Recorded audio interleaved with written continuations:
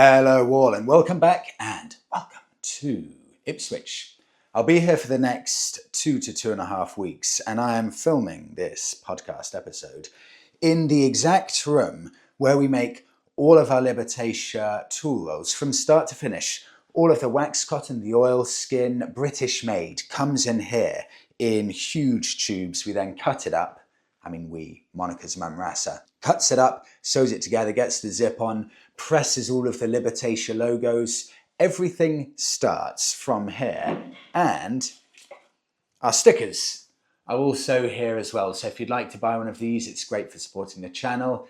That is free UK delivery on those, and these also get shipped out right from here in Ipswich. Thank you as ever, everyone, for getting in touch and sharing your thoughts and opinions.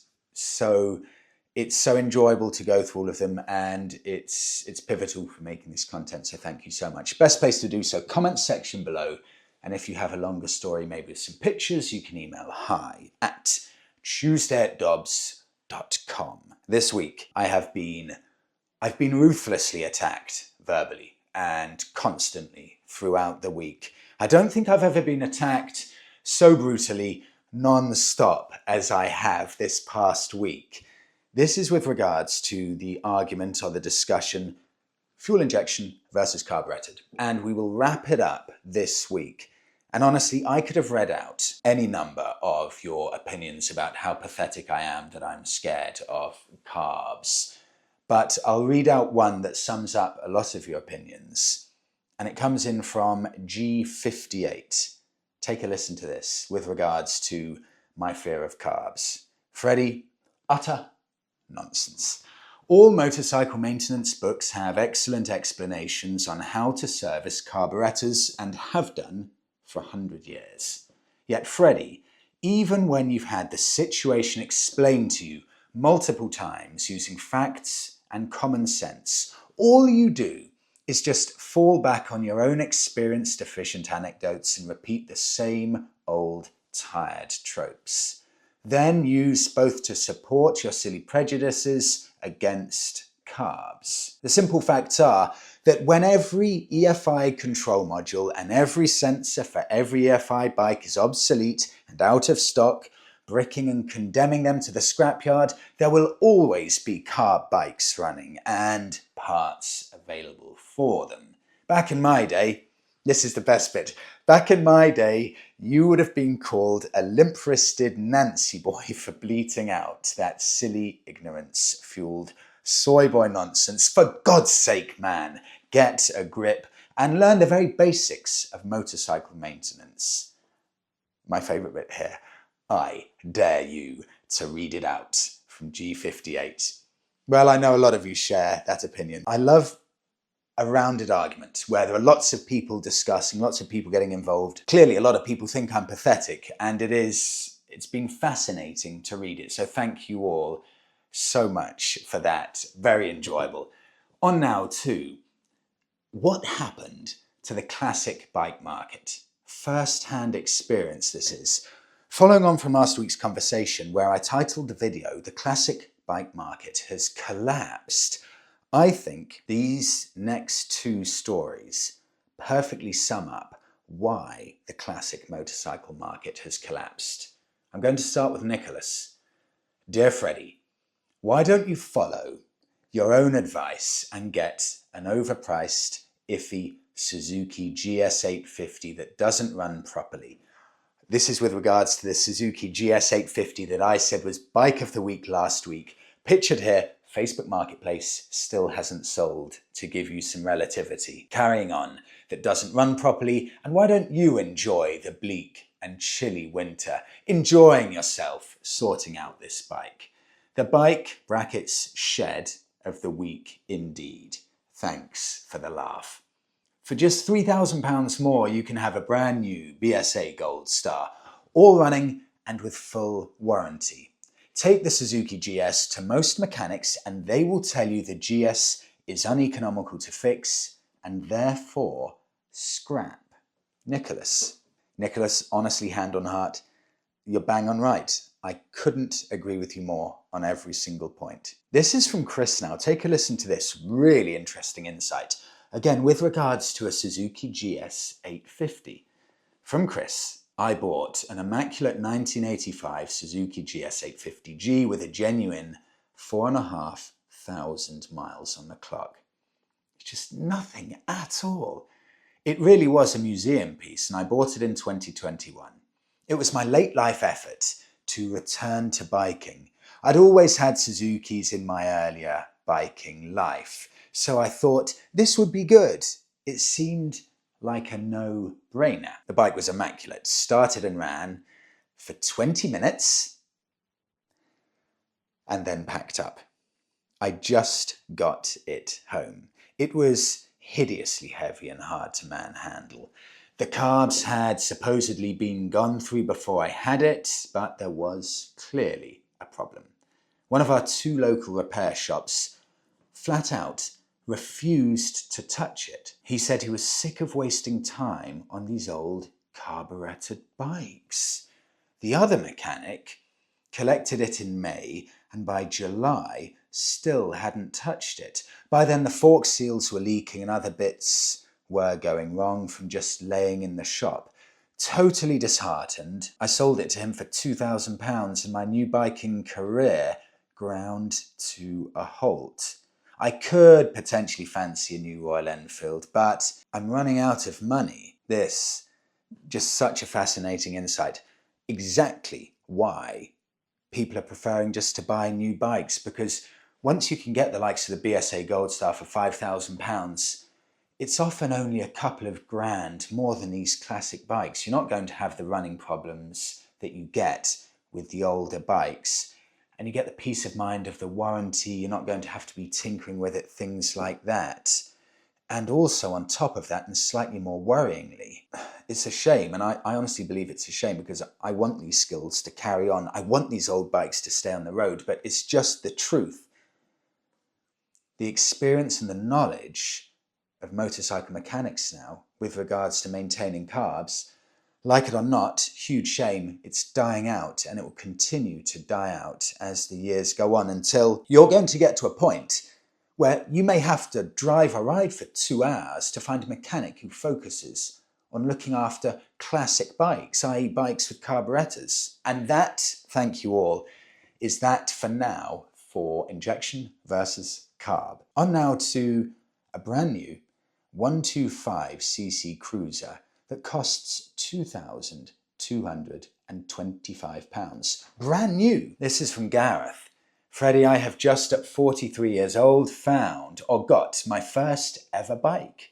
A Lexmoto Michigan 125 2020 model for the princely sum of £900. I've never ridden before doing my CBT, that's the first step 125cc test in the UK, and I haven't actually ridden since passing. I had a 1-hour ride home from where I purchased my new to me Lexmoto, and all I can say is wow.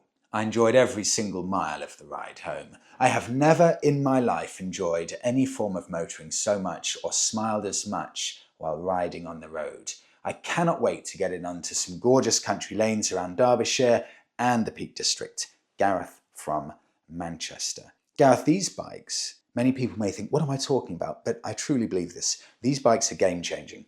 I remember when I passed, there were no cool 125cc bikes. Nothing at all. So basically I had to go straight out to pass my big test, because there was nothing that remotely inspired me or made me think, why don't I do a 125cc test? Just learn for a year on that. I couldn't find anything that I thought was a cool bike. But these Lexmotos, they look like a mini Harley Davidson Sportster. It's a 125cc bike, of course, made by Lexmoto, which is a Chinese brand. But Lexmoto have actually won 5 awards for their service in recent years. And believe it or not, again, they are the UK's 3rd biggest selling motorcycle manufacturer. That is phenomenal. You can see how far these Chinese brands have come. And for a price at £2,200, brand new, in fact it's £2,125, £279 brand new. 2 years warranty, 80 to 100 miles per gallon. You cannot go wrong with that. And because the new price is so low, what you can get for a second-hand one, I mean, how exciting is this? You get into biking, you want to get in slowly, you like the look of the classic bikes, and you can pick up a Lexmoto Michigan. Take a look at this. 2024 Lexmoto Michigan, listed 3 months ago. How is this not flying away? The bike was just bought in February 2024, so it's got 1.5 years warranty left. You don't even need to MOT it, do the annual check until 2027. Only stopped using it because he's now passed his big test and he's got another bike. It's a lovely looking thing. £1,500. And you've got the warranty. Scared of buying a Chinese bike? 1.5 years warranty means you really surely cannot go wrong with that. Gareth, welcome to biking. On now to, this is fascinating, over in the US, with regards to different markets and different prices. This blew my mind. This is from Stealth D in the USA. Freddie, with regards to prices, why is Triumph 400, the Triumph Speed 400, $5,000 Remember that, $5,000, and in the UK, it's £5,200. Are Triumph taking the piss again? That's Stealth D's question. I had a look at this. So in the US, $4,995. And do you know what that equates to? £3,731. So £5,200 in the UK, and you're saving £1,500 in the US for the same bike. A British bike, I know, made in India. But that, for already such a cheap bike, is the most unbelievable saving. £3,700. Over in the US, you can buy a brand new Triumph Speed 400. That is completely unthinkable. You would never, ever in a million years get it for that price in the UK. That just sounds unthinkable. It's not just the Speed 400s either. I had a look, the Bonneville T100, that's about £1,500 or £1,400 cheaper in the USA than it is in the UK. So I did a bit more digging. I thought for the interest of fairness, surely that must mean in the UK we get Harley Davidsons cheaper than they get them in the US. But of course that's not the case. The Harley Davidson Softail standard in the US is $15,000, and that translates to £11,200 sterling. Yet in the UK, we don't get it for £11,200. We have to pay £14,695. That's £3,400 more than our American friends get them for. I was a bit blown away by that. Thanks for sharing that. On now, used Kawasaki or used classic Kawasaki prices in the US and France. How roughly do they compare to the UK prices for used propositions? I'll start off in the US again.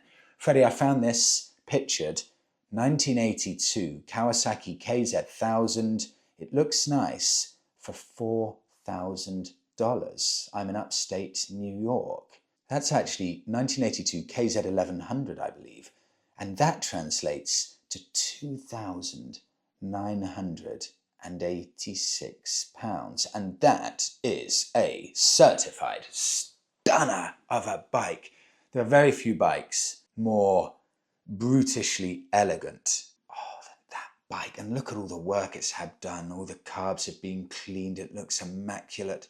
It's not much money for such a nice bike, is it? Under £3,000. Thanks for sharing that. On now to Dave, carrying on with Kawasaki prices, but this time in France. Freddie, about the Kawasaki KZ. Here is a link over in France for Lebanon coin. Right, so this pictured Kawasaki KZ, €6,800. 1980 model, 35,000 kilometers, which I believe is about 20,000 miles, quoted as in lovely condition. You know, that translates to £5,675. That's even less than the UK. Classic bike prices. Is it all doom and gloom? You would think possibly yes it is. Every single price is plummeting everywhere, but a few people brought this up for me. So I'm just going to read one comment out from Rob, but Rob shares the opinion of a lot of people, because quite a few people highlighted this. Freddie, I haven't noticed any drop in prices for 1970s and 1980s two-stroke bikes. Okay, so immediately when I heard this, I thought, what is the king of the two-strokes? Of course, I wasn't biking in that era, but what's the one that everyone talks about? And tell me if I'm wrong here. But the first thing I thought of was the Yamaha RD350 LC. Produced from 1980 to 1983, it's got 47 horsepower, and it's quoted as being fast, comfy, and very cool. This bike, from all that I've read about it, was the street racers' bike of choice in the late 1970s through to the 1980s. The reason it had that reputation is because 47 horsepower meant that you could get up a fairly serious head of steam, and on top of that, the handling and agility was meant to be quite close to market leading. It could keep up and in some cases overtake much higher capacity CC bikes. It was in its day thought of as a little bit of a giant killer. But this would not have been an expensive bike when it came out back in the 80s. So you would assume, seeing prices of similar age, big 1000cc Kawasaki's, surely then this can't be worth any more than £2,000, because it wouldn't make sense, surely, to be worth any more than the beautiful Kawasaki's I've just shown. But have a look at this. Same kind of era, bear in mind, very early 1980s. And I've gone for eBay auctions because I want to show you actually what these are selling for, not what someone's advertised it for. So I won't have anyone saying, Freddie, that's only the advertised price. No, these are what they're actually worth. 5 days left on this auction on eBay. 18 bids on this Yamaha RD350. Reserve not met yet. £4,900 with 18 bids and 5 days left. I could not believe it. I mean, it's a lovely condition one, although there are still a couple of bits that do need sorting out on it. Unrestored original condition. If you do want a nicer one, maybe showroom condition, there's one here, 1980 model, engine rebuilt, full restoration, £7,000. And you could say that's a lot of money. It won't go for that, but it will go for that, because that in itself has had 3 bids with a day left on the auction. £7,000. And imagine the price difference between this and the big Kawasaki's when they'd have come out 40 years ago, yet this has overtaken the Kawasaki's as being more valuable. Genuinely fascinating how the motorcycle used market works. Something is only worth what someone is willing to pay for it. And clearly those RD350s are worth a lot of money. No argument, because they're selling at that price. Rob, thank you. On now. This is interesting. Converting tubed rims to tubeless. Take a look at this pic. This is of Alan. Freddie, I took delivery of my Bonnie T120 Buddykins. Jumping in here, Alan, this is one of the coolest bikes on the market. If I had the money, if I could pick any single motorcycle to own, this would be very, very high on the list. Took delivery of my T120 Buddykins edition a few weeks ago. I absolutely love it.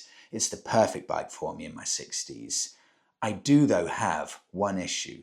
It's the first bike I've ever had with tubed tyres. And I'm almost paranoid about getting a puncture somewhere in Scotland where I live and having no phone signal to go and get help. With all of my other bikes, with tubeless tyres, it's no problem. Just do a temporary repair if you get a puncture at the side of the road and you head off again. I've seen conversion kits, however, online that change the tubed rims to tubeless. Question: have you or any of your viewers used these, and are they worthwhile? Do they actually work? it does seem a cheaper option than buying new tubeless spoked rims. Alan, this is a really good question. Tube versus tubeless, it possibly may be equally as fiery a debate as the EFI versus carbed, although nothing can be that fiery, surely. That's a stupid statement. But it is an interesting discussion. I don't know the benefits of having a tube tyre, but I do know that people don't like tube tyres for that exact reason, Alan, in that if you get a puncture, it's much trickier to repair a tube tyre than it is tubeless. It's actually a reason why some people choose not to buy certain models of bikes. It's that big an issue for some people. So if I go onto this website, this is all the research I've managed to find, and I would love to hear from all of you. What are your opinions? Have you done anything? Have you done a conversion? Have you just bought tubed rims, if that makes sense? What have you done to rectify this issue in some people's eyes? I found this from ultimatemotorcycling.com. Altex Tubeless Kit Review. This is a tube-to-tube free conversion kit. Goes through everything that you may come across, you may encounter, and it says that the kit comes with the following: front and rear metal valve stems, nipple covers, front and rear seal tape roll of appropriate length and width, front and rear tape rolls of appropriate length and width as well, instruction sheet, smoothing gloves, etc., etc. It then says the tools that you're going to need for kit installation. This is the bit that scares me slightly. You're going to need a Dremel with a grinding stone. You're going to need an angle grinder with a metal grinding blade. Right now I'm just thinking, no, this is too much. And you're also going to need a heat gun, acetone, and lint-free rags. Alarm bells ringing here for me that a conversion kit may be a little bit too much work. They state here the Altex Tubeless Tyre Kit, which converts a tube-type rim to tubeless. It is a DIY project, but it requires patience and attention to detail. So immediately I've switched off. It's too much work. But I'd love to hear from you. Tell me, what is it like in reality? And can you just go out and buy wheels that are just tubeless wheels and replace your current ones? Really interesting, Alan. I will let you know on any feedback from that. Moving on to Cole Nuttall. This is about Australian residual prices and also about a very special Ducati that I'd never come across before. Freddie, as a 71-year-old motorcycle rider, I have owned many bikes with carbs, including a 1978 Ducati Darmah that I've owned for 43 years. It's now worth in Australia about 30 to 35,000 Aussie dollars, which roughly speaking is about £16,800 if we convert it into the middle area of $32.50. These are beautiful bikes. This is why I wanted to mention it. Made from 1977, the Darmah was the touring version of the much sportier 900 SS. So the Darmah was seen as the comfier, more mile-munching focused bike. Darmah, I really like this. Darmah translates to tiger, hence the tiger on the side panel where it says 900 SD. You'll see the head of a tiger. That is because, I believe, and I don't know which language, it translates to tiger. The Old Bike Magazine Australia, they state Darmah, named after a mythical man-eating tiger-like beast that was supposed to have prowled the subcontinent before the introduction of cricket. Let's have a look. I love that. I love it. Let's take a look. What can you get? I'm on Car and Classics. Ducati Darmah 1978. I mean, that is a proper, almost looks like a barn find one for £10,800. Cheaper end of the spectrum here. I want to show you this one for £8,000 for sale in the UK. 1980 model. The bike that made Ducati great again. Supplied, fully serviced, wonderful investment, realistic price, superb condition. I mean, £8,000 for a bike that beautiful. Some Italian exotica. I really like that. Just from a looks point of view, I think that's a stunningly nice bike. And if you want the top end, the sporty one, the 900 SS, so this is all out sporty, that's £23,000, and that is a very, very different beast. But there is something about the old classic Ducatis. They age stunningly well. Look at that dial. Oh, with that paintwork. Beautiful. And let me just see if I can zoom in here for you. Oh, look at that.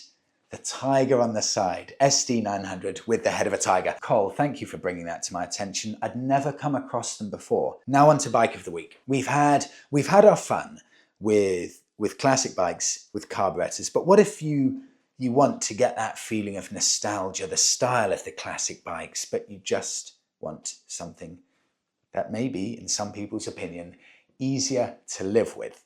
I think Aidan may have the answer to this. Freddie, the KZ1000 is an interesting bike. I would have wanted something like that, but I got an emerald green / gold Kawasaki Z650 RS. It's got the old school style and modern-ish twin, EFI warranty, and about the same price as the big old KZ. Yes, the KZ is cooler, but is it that much cooler? I didn't think so. The Z650 RS is the same colour, and while not a 4, it does hit more plus points. Modern retro is eating the classic bike market. Aidan, thank you. I've ridden one of these. These are really, really nice bikes. I'm a huge fan. They ride sublimely well. It's just a really nice, easy bike to live with. They look great, and they're not going to cause you any problems. Japanese build quality. They cost £7,689. New 650cc engine, which has been in a number of other models, which I always see as a plus point because you're not going to have any issues with spares. It's a good, solid workhorse of an engine, producing 67 horsepower. But this is the thing that really excites me. £7,689 on the classifieds. I found this. I was amazed by this. 2023 model. Kawasaki Z650 RS. This is just 1 year old. 1,700 miles on the clock. Listed at £5,350. 1 month ago listed, the price has been reduced to $4,600. It's got the transferable warranty. It's got the transferable extended warranty to 2027. Its first MOT isn't due for 1.5 years. It's got all of the service history. And it's dropped in price £3,000 in 1 year. That is a phenomenally good deal. And it sums up exactly why the classic motorcycle market is struggling. When you can get a bike that looks that good with no concerns really about any kind of running issues, that's one of the most tantalizing deals I think I've seen. And I'll wrap it up there. Thank you so much, everyone, for watching and getting involved. I cannot tell you how much I appreciate it. Have a fantastic week all. See you all in the next one.